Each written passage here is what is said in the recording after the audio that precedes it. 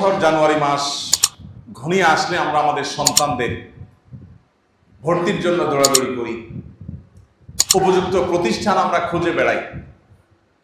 উদ্দেশ্য আমাদের সন্তানের উন্নত ক্যারিয়ার যেন সে গড়ে তুলতে পারে, সন্তানের ভবিষ্যৎ যেন উজ্জ্বল হয়, সে যেন সুশিক্ষিত হয়। বছরের শুরুতে বিশেষ করে সন্তানদের ভর্তি নিয়ে যখন আমরা অনেক অভিভাবকরাই দৌড়ঝাঁপ শুরু করেছি, প্ল্যান পরিকল্পনা করছি, এই সময়টাতে আমি আপনাদের কাছে উদাত্ত আহ্বান করতে চাই, শুরুতে আপনার সন্তান থেকে আপনি কি আশা করেন সে বিষয়টিকে ঠিক করে নেন। আপনি কি সন্তানকে শুধুমাত্র একটা টাকা পয়সার মেশিন হিসাবে দেখতে চান, নাকি একজন মানুষ হিসাবে দেখতে চান? এই সিদ্ধান্তটা আপনাকে আগে নিতে হবে। আপনি যদি মনে করেন যে আমার সন্তান সে ভালো ক্যারিয়ার গড়বে, এখানে ক্যারিয়ার বলতে সামাজিক একটা অবস্থান হবে আর অনেক টাকা পয়সা কামাবো, যেটা আমার সুখ স্বাচ্ছন্দ্যের কারণ হবে, যেটা আমার সমাজে ভাবমূর্তি উজ্জ্বল করার কারণ হবে, এরকম কিছু আমি চাই, তাহলে তার রুট একটা। আর যদি বলেন যে না, আমার সন্তানটা মানুষ হোক, অমানুষ না হোক, ভালো মানুষ হোক, খারাপ মানুষ না হোক, এটা আমার প্রধান টার্গেট। এর পাশাপাশি সে ভালো ক্যারিয়ার গড়ে তুলুক, ভালো ডাক্তার ইঞ্জিনিয়ার হোক, ভালো আলেম হোক, ভালো প্রতিষ্ঠিত মানুষ হোক, সেটা আমি চাই, তাহলে তার রুট আরেকটা। আমি একটি কথা প্রায় বলার চেষ্টা করি যে আমাদের এই সমাজে বেশিরভাগ বাবা মা চায় আমার সন্তান থাকুক দুধে ভাতে, বাস, ফুল স্টপ, দাড়ি, আর কিছু চাওয়া নেই। চাওয়াই এটা যে আমার সন্তান কিসে থাকুক? দুধে ভাতে থাকুক। সন্তান দুধে ভাতে থাকুক, এই চাওয়াটা দোষের না ভাই। আপনার সন্তানের দুধে ভাতে থাকার চাওয়া আপনার মধ্যে থাকুক, কিন্তু তার পাশাপাশি এটাও থাকুক, বরং এটাকে আপনি অগ্রাধিকার দিয়ে ভাবুন যে আমার সন্তান যেন মানুষ হয়ে বেঁচে থাকে, ও যেন ঘুষখোর না হয়, ও যেন সুদখোর না হয়, ও যেন সন্ত্রাসী না হয়, সে যেন চিটার বাটপার না হয়, সে যেন কারোর হক মারার মতো মানুষ না হয়, সে যেন কারোর কষ্টের কারণ না হয়, সে যেন ভালো মুসলমান হয়, সে যেন আল্লাহ ভীরু হয়, সে যেন মুত্তাকি পরহেজগার হয়, সে যেন কোরআন ও সুন্নাহকে চিনে। এইটা থাকুক, পাশাপাশি সে তার ভালো ক্যারিয়ার গড়ে তুলুক, সে ভালো ডাক্তার ইঞ্জিনিয়ার হোক। এই চাওয়াটা দোষের নয়। ভাইরা আমার, সন্তানের শুধু দুধভাতের চিন্তা যারা করেন, হয়তো সন্তান দুধভাত পেয়েও যায়, হয়তো ভালো লাইফ, লাক্সারিয়াস লাইফ সে পেয়েও যায়, কিন্তু ভালো মানুষ না হওয়ার ফলে সন্তানের ওই সুখময় স্বাচ্ছন্দ্যময় জীবন, তার ওই উন্নত ক্যারিয়ার বাবা মাকে আনন্দ দেয় না। বহু সন্তান আছে, অনেক প্রতিষ্ঠিত হয়েছে, অনেক ভালো জায়গায় গিয়েছে, অনেক বড় চেয়ারে বসেছে, অনেক টাকা পয়সা কামাচ্ছে, অনেক প্রতিষ্ঠিত মানুষ হয়েছে, কিন্তু বাবা মার চক্ষু শীতল হচ্ছে না, নয়ন জোড়াচ্ছে না সে সন্তানকে দিয়ে। কারণ সন্তান অমানুষ, সন্তান বাবা মার প্রতি দায়িত্বশীল না, ভাই বোনের প্রতি দায়িত্বশীল না, সন্তানের ভিতরে তাকওয়ার ঘাটতি আছে, সন্তানের মধ্যে ঈমান আমলের ঘাটতি আছে। এই সন্তান বাবা মার চক্ষু জোড়ানো, নয়ন জোড়ানো, চক্ষু শীতলকারী সন্তান হতে পারেনি। তাহলে সন্তান শুধু দুধে ভাতে থাকলে, সন্তান শুধু ভালো জায়গায় চলে গেলেই সেটা আপনার শান্তি, আপনার সুখ, আপনার প্রশান্তির কারণ হবে না। সন্তান ভালো মানুষ হয়, পাশাপাশি তার যদি প্রতিষ্ঠিত সে হয় তখন। ভাইরা আমার, এই জন্য সন্তানের ক্যারিয়ার নিয়ে আমরা যারা ভাবছি, তার শিক্ষা জীবন নিয়ে যারা পরিকল্পনা করছি, সে সমস্ত অভিভাবকদেরকে আমি বিনয়ের সাথে আহ্বান করতে চাই, আমরা আমাদের উদ্দেশ্যটা আগে ঠিক করি। আমরা আমাদের সন্তানের ভালো মানুষ হওয়াটাকে সবকিছুর উপর অগ্রাধিকার দেব, ভালো মুসলমান হওয়ার দিকটাকে অগ্রাধিকার দিব, পাশাপাশি তার ক্যারিয়ার, তার অন্যান্য বিষয়গুলোকে ভাববো। এই যদি হয় আমাদের টার্গেট, তাহলে এবার প্রতিষ্ঠান নির্বাচন করা, শিক্ষক নির্বাচন করা, শিক্ষার রুট নির্বাচন করা, এগুলো আমাদের জন্য অনেকখানি সহজ হয়ে যাবে। আপনি আপনার সন্তানকে সেক্ষেত্রে সেই প্রতিষ্ঠানে ভর্তি করবেন যেখানে ভর্তি করলে আপনার সন্তানের নীতি নৈতিক দিকটা সংরক্ষিত থাকবে, আপনার সন্তান ফাসেক হয়ে যাবে না, মুত্তাকি থাকবে। সেই প্রতিষ্ঠানে আপনি ভর্তি করাবেন যে প্রতিষ্ঠানে ভর্তি করালে আপনার সন্তান ঈমান আমল হেফাজতে থাকবে, নষ্ট হবে না। আপনার পড়ালেখা একটু ভালো মন্দ হলো কি হলো না, তার চেয়ে গুরুত্বপূর্ণ বিষয় হলো যে আমার সন্তানের ঈমান আমলটা সেফ থাকলো কি থাকলো না। দেখুন, আমরা পৃথিবীতে চিরকাল থাকবো না, একসময় চলে যাব। এই সন্তানরা, এই ভবিষ্যৎ প্রজন্মরা, তারাই আমাদের চিন্তাধারা, আমাদের ঈমান আমলকে ধারণ করবে, লালন করবে। সন্তানকে যদি আল্লাহর সাথে পরিচিত করান, সন্তান যদি কোরআনের সাথে পরিচিত হয়, সে যদি ভালো মুসলমান হয়, তো আপনি এটা নিশ্চিত ধরে রাখতে পারেন এই সন্তান কখনো আপনার কষ্টের কারণ হবে না ইনশাআল্লাহ। আর যদি সন্তানকে আপনি আল্লাহমুখী না বানাতে পারেন, মুত্তাকি না বানাতে পারেন, তাহলে এই সন্তান আপনার দুঃখের কারণ হতে পারে, জোরালো সম্ভাবনা আছে। ভাইরা আমার, আমাদের সন্তানদের ব্রেইন গুলোকে ধোলাই করবার জন্য, মগজ ধোলাই করবার জন্য পশ্চিমারা তাদের মতো করে শিক্ষা কারিকুলাম আমাদের এখানে পুশ করার চেষ্টা করে। আমি এর আগে বলেছিলাম, শিক্ষা মন্ত্রণালয়ে বেশ কয়েকবার আমাকে যেতে হয়েছে পাঠ্যপুস্তক নিয়ে, শিক্ষা কারিকুলাম নিয়ে নানা বিষয়ে, সংশ্লিষ্ট বিষয়ে কর্তৃপক্ষের সাথে একাধিকবার বৈঠকের জন্য যেতে হয়েছে। আমি অবাক হয়েছি, অন্য আরো অনেক মিনিস্ট্রিতে আমি গিয়েছি বা অনেক দপ্তরে আমার যাওয়া হয়েছে, কিন্তু আমার কাছে মনে হয়েছে 2-3টা দপ্তরে বিদেশিদের আনাগোনা সবচেয়ে বেশি, এর মধ্যে একটা হলো শিক্ষা।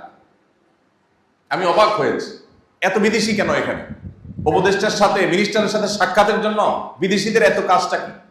আমার দেশের ছেলে মেয়ে কি পড়বে না পড়বে এটা নিয়ে ওদের এত মাথা ব্যথা কেন? আমার দেশের ছেলে মেয়ে কি পড়বে এটা নিয়ে আমার মাথা ব্যথা, আপনার মাথা ব্যথা হবে, বিদেশিদের এত মাথা ব্যথা কেন হবে?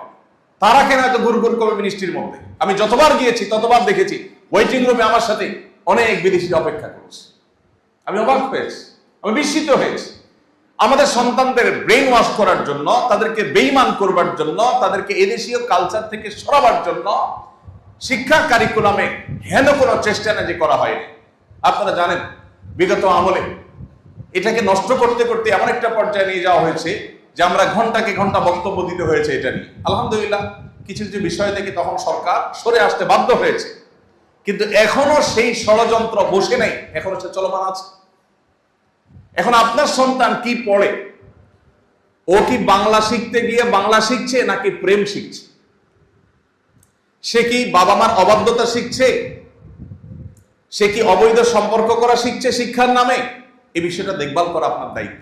অনেক বাবা মা আছেন, ছেলে ফেলে ভালো স্কুলে চান্স পেলো কিনা, ভালো রেজাল্ট করলো কিনা, এরপরে ভালো কলেজে যেতে পারলো কিনা, ভালো ভার্সিটিতে যেতে পারলো কিনা, ভালো জায়গায় চাকরি পাইলো কিনা, ব্যাস এটাই তার দেখার দায়িত্ব মনে করে। বরং দুর্ভাগ্যজনক সত্য হলো, অনেক অভিভাবক আছেন সন্তান ভালো জায়গায় যেন চান্স পায়, ভালো রেজাল্ট যেন করে, সেজন্য পারলে সন্তানের জন্য টাকা দিয়ে নকল কিনে এনে দেয়, সন্তানের জন্য প্রশ্ন, ফাঁস হওয়া প্রশ্ন কিনে এনে দেয়। অনেক অভিভাবক এরকম আছে না নাই?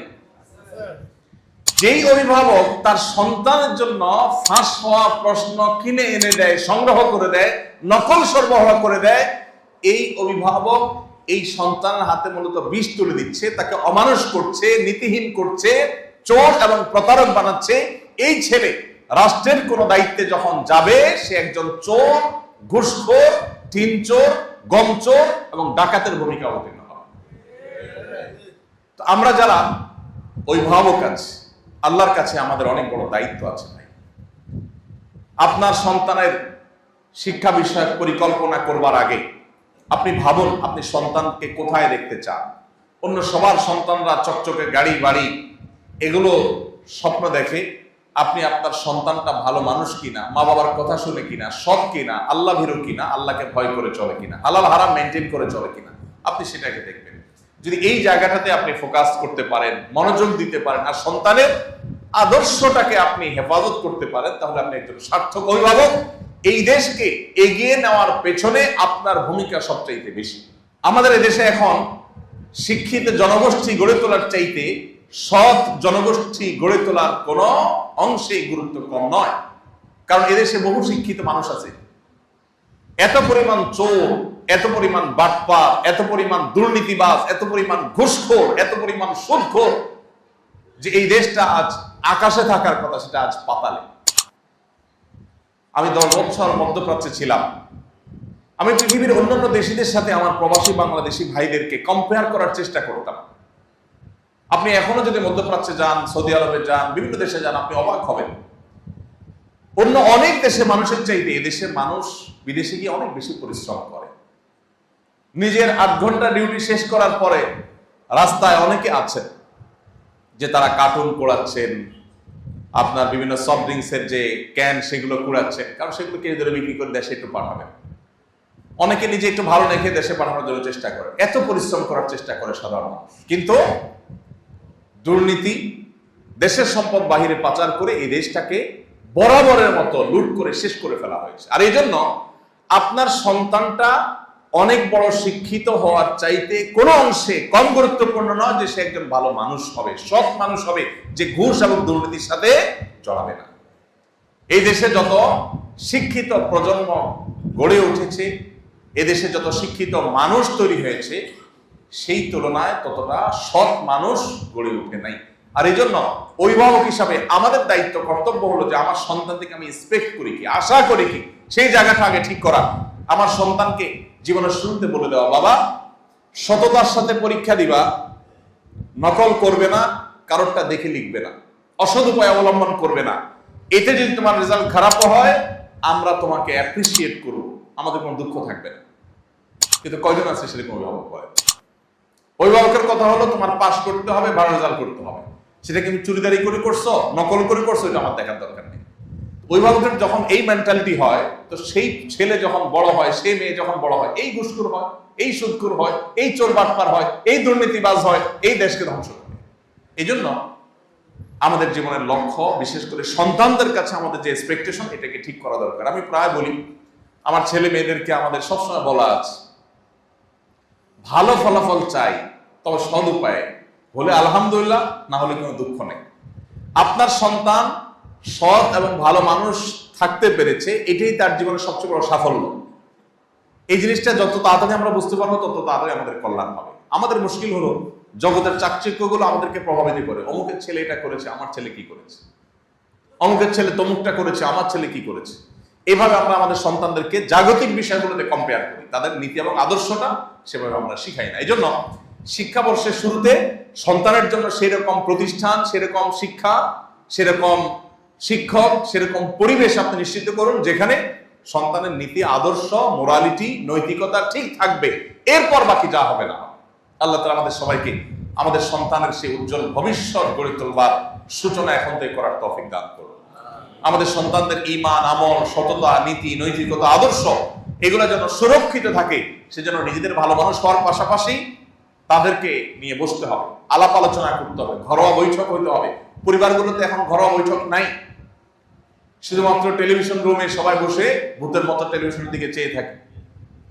সন্তানদের নিয়ে বসে আলাপ আলোচনা হয় না যে বাবা কি হওয়া দরকার, বড় শিক্ষিত হওয়াটা গুরুত্বপূর্ণ না ভালো মানুষ হওয়াটা গুরুত্বপূর্ণ।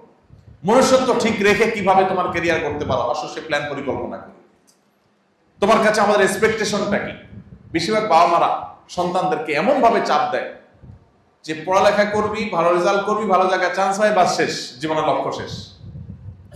এই জায়গা থেকে আমাদের সরে আসতে হবে। আল্লাহ তাআলা আমাদের সবাইকে সে তৌফিক দান করুন। আমাদের প্রিয় স্বদেশকে সমৃদ্ধ, দুর্নীতি মুক্ত, সকল প্রকার অনাচার মুক্ত, অসততা মুক্ত একটি শান্তির আবাস ভূমি হিসেবে আল্লাহ তাআলা কবুল ও মঞ্জুর করুন। তবে তার সূচনা হতে হবে আমাদের বাসা বাড়ি থেকে, আমাদের পরিবার থেকে, আমাদের ছেলে মেয়েদের থেকে, আমাদের সন্তানদের থেকে। তো আমরা সেই চেষ্টাটা এখন থেকে আমি আশা করি করব। ইনশাআল্লাহ আল্লাহ তাআলা আপনার পরিবারকে একটা জান্নাতি পরিবার করবেন। আপনার ছেলে মেয়ে আপনার নয়ন জোড়ানো সন্তান হবে। আল্লাহ তাআলা কোরআনে কারীমে একটা দোয়া শিখাইছেন, সূরা ফুরকানের 74 নম্বর আয়াত, রব্বানা হাব লানা মিন আজওয়াজিনা ওয়া যুররিয়াতিনা কুররাতা আ'য়ুন ওয়াজআলনা লিল মুত্তাকিনা ইমামা। অত্যন্ত অসাধারণ একটা দোয়া, অর্থবহ একটা দোয়া। আল্লাহ বলেছেন যে আল্লাহর কাছে যেন আমরা শিখাই, আল্লাহ নেককার বান্দারা আল্লাহর কাছে যেন আমরা চাই, আল্লাহ শিখাইছেন আমাদেরকে আল্লাহর কাছে যেন আমরা চাই, আল্লাহ নেককার বান্দারা আল্লাহর কাছে দোয়া করেন, রব্বানা হাব লানা মিন আজওয়াজিনা ওয়া যুররিয়াতিনা কুররাতা আ'য়ুন। আল্লাহ আমাদের পরিবারের সদস্যদেরকে, স্বামীরা স্ত্রীদের কথা, স্ত্রীরা স্বামীদের কথা মিন করবে, তাদেরকে এবং আমাদের সন্তান সন্ততিকে নয়ন জোড়ানো, চক্ষু শীতলকারী সন্তান হিসাবে আপনি কবুল করুন। এটা হলো দোয়া। চক্ষু শীতলকারী সন্তান মানে কি? ব্যাপক অর্থবোধক দোয়া। আপনার সন্তানটা দেখতে অনেক সুন্দর, হৃষ্টপুষ্ট হয়েছে, ভিতরে অনেক বড় দুরারোগ্য ব্যাধি আছে, আপনার কখনো ভালো লাগবে না। আবার সন্তানটা সুস্থ সবল আছে, দেখতে শুনতেও সুন্দর, কিন্তু সন্তানটা অমানুষ, বাপ মা চিনে না, তাও আপনার ভালো লাগবে না। আপনার সন্তানটা সব দিক থেকে ঠিক আছে, মানুষও ভালো, সবই ঠিক আছে, কিন্তু ভালো ক্যারিয়ার করতে পারে নাই, ভালো উপার্জন করতে পারে না, চলতে কষ্ট হয়, তাও আপনার ভালো লাগবে না। আল্লাহ সুবহানাহু ওয়া তাআলা একটা শব্দে সবকিছু আমাদেরকে চাওয়ার শিক্ষা দিয়ে দিয়েছে। হে আল্লাহ, আমাদের সন্তান যেন হয় আমাদের নয়ন জোড়ানোর মতো সন্তান, যে সন্তানকে দেখলে আমাদের অন্তর শীতল হবে, চক্ষু জুড়িয়ে যাবে, অর্থাৎ তার সব দিক থেকে পারফেক্ট সে থাকবে। তার শিক্ষা, তার দীক্ষা, তার নীতি, তার আদর্শ, তার ভালো মানসিকতা, মনুষ্যত্ব, মুসলমানিত্ব, তাকওয়া, তাহারাত সবকিছুতে সে পারফেক্ট থাকবে, এরকম সন্তান চাই। আল্লাহ তাআলা আমাদের ঘরে ঘরে সেরকম সন্তান দান করুন। তবে সেরকম সন্তান শুধু দোয়া করেই পাওয়া যাবে না, দোয়ার পাশাপাশি আমাদের চেষ্টা চালাতে হবে, সেরকম প্রতিষ্ঠানে ভর্তি করাতে হবে যেখানে সন্তান ঈমান আমল সেফ থাকবে। আমাদের সন্তানদের ঈমান আমলকে গ্রাস করবার জন্য হাজারটা আয়োজন চলছে। আমাদের পাঠ্যপুস্তকে, আমাদের শিক্ষা কারিকুলামে শকুনের থাবা এটা নতুন নয়, অনেক পুরাতন, বহুকাল থেকে চলে আসছে। শিক্ষার নামে বিষ ঢুকানো হচ্ছে আমাদের সন্তানদের মধ্যে। সচেতন থাকতে হবে, সজাগ থাকতে হবে, সতর্ক থাকতে হবে।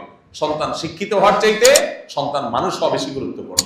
সন্তান তথাকথিত শিক্ষিত হওয়ার চাইতে তার মুসলমানিত্ব টিকে থাকা অনেক বেশি গুরুত্বপূর্ণ। আল্লাহ তাআলা আমাদের অভিভাবকদেরকে সেই জিনিসটি বোঝার তৌফিক দান করুন। পরিবারে সেগুলোর আলোচনা করতে হবে, চর্চা করতে হবে, পর্যালোচনা করতে হবে, ঘরোয়া বৈঠক করতে হবে, পরামর্শ বৈঠক করতে হবে, স্বামী স্ত্রী সন্তানরা সবাই মিলে আলাপ আলোচনা করতে হবে। আমরা কি চাই? আমরা কি সুস্থ প্রতিযোগিতা চাই না অসুস্থ প্রতিযোগিতা চাই? আমরা কি অন্যের সন্তান যেরকম গাড়ি বাড়ি করে বৈধ অবৈধ বাস বিচার না করে আমরা কি সেই রকম সন্তান আর সেরকম উন্নতি চাই, নাকি আমাদের সন্তানের মনুষ্যত্ব, দ্বীন, ঈমান ঠিক রেখে যদি সে ওইরকম কিছু করতে পারে আলহামদুলিল্লাহ, না করতে পারলে দুঃখ নেই, আমরা সেই লাইফ চাই। এটা ডিসিশন নিতে হবে পরিবার বসে। ভাইরা আমার, চাকচিক্যের পেছনে দৌড়াইতে সবাই পারে, কিন্তু চাকচিক্যকে না করে সততাকে ধরে রাখা এটা সবার কাজ না, এটা সবাই পারে না। আমাদের প্রিয় স্বদেশকে এগিয়ে নিতে হলে আমাদের সন্তানদেরকে নিয়ে এখন থেকে ভাবতে হবে। একটা ভালো প্রজন্ম গড়ে তুলতে হবে, যে প্রজন্ম সৎ, নিষ্ঠাবান, আল্লাহ ভীরু, মুত্তাকি, পরহেজগার, যারা ঘুষখোর না, দুর্নীতিবাজ হবে না, নীতি আদর্শকে কখনো বিক্রি করবে না, বিকিয়ে দিবে না। সেরকম একটি প্রজন্ম গড়ে তুলতে না পারলে কখনো এই দেশের চেহারা পরিবর্তন করা সম্ভব হবে না। কোনো সংস্কার করে লাভ হবে না। সংস্কার করে কি হবে? এই সংস্কারকে ইমপ্লিমেন্ট যারা করবে, এটাকে বাস্তবায়ন যারা করবে, তারা যদি সৎ না হয়, আল্লাহ ভীরু না হয়, কোনোদিনই এই সংস্কার কাজে আসবে না। আল্লাহ তাআলা আমাদের সবাইকে বছরের শুরুতে সেরকম প্ল্যান প্রোগ্রাম করার তৌফিক দান করুন।